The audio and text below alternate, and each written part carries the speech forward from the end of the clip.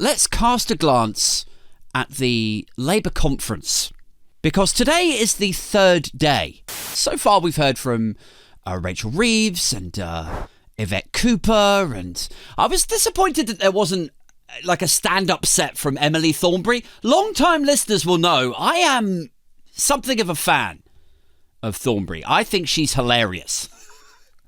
I think she'd be good value. So if you're listening to this and you have an in, if you know her, if you want to hook me up, get her on the show. I will make an exception. I have had no guests on recently because I'm having such a good time doing the solo stuff. But I would definitely make an exception for Emily Thornberry. I'd get her on in a second. I would bump Super Tansky off the schedule. Sorry, Tan, I would. Anyway, so Labour conference. And really, it should have been quite a triumphant few days. Because this is a party who, like, they won the election, right? In July. They won it. This should be a sort of, victory march for them, I would have thought.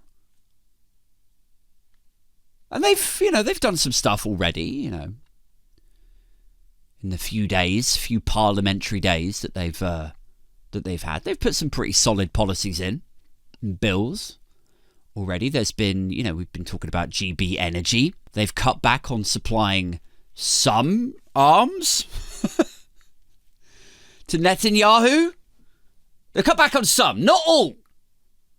They've cut back on... It's baby steps, right? Baby steps to stop the genocide. Nationalising rail is obviously another big one.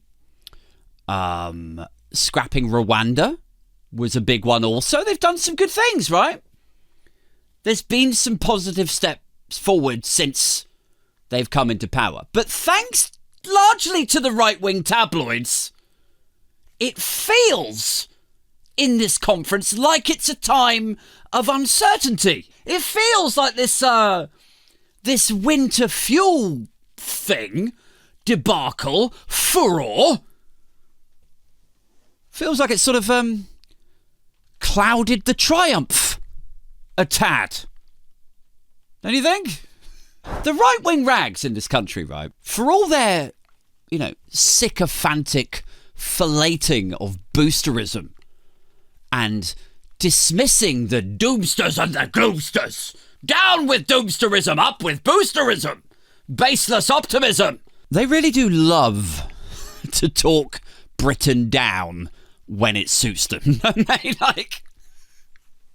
Like here you have a Labour Party who won, what did they win? They won 400 seats, wasn't it? 420? Something like that. It's a pretty stonking victory. And they've already done, the things that we're talking about. Scrapping the Rwanda plan, limiting the arms sales. They've already achieved some things in the first, bringing back onshore wind farming. I think I talked about that a couple of podcasts ago. They've already done some shit. And there's 420 seats and, right? But even after, now, what are we? 3 weeks of actual parliamentary sitting time? They've been back from summer recess for 15 working days. That's it. That's all they've been back for. And the same rags are like, no, this lot of shit, aren't they? They're hopeless. No, we can't reform the planning system. No, we're too shit. What are they doing? They're dreaming. What's with all this lefty idealism? No, they're never going to balance the treasury, balance the books, sort the national debt. Of course they're not. Build a great British energy company. Are you insane? We can't even build a bridge. We can't even build one train line.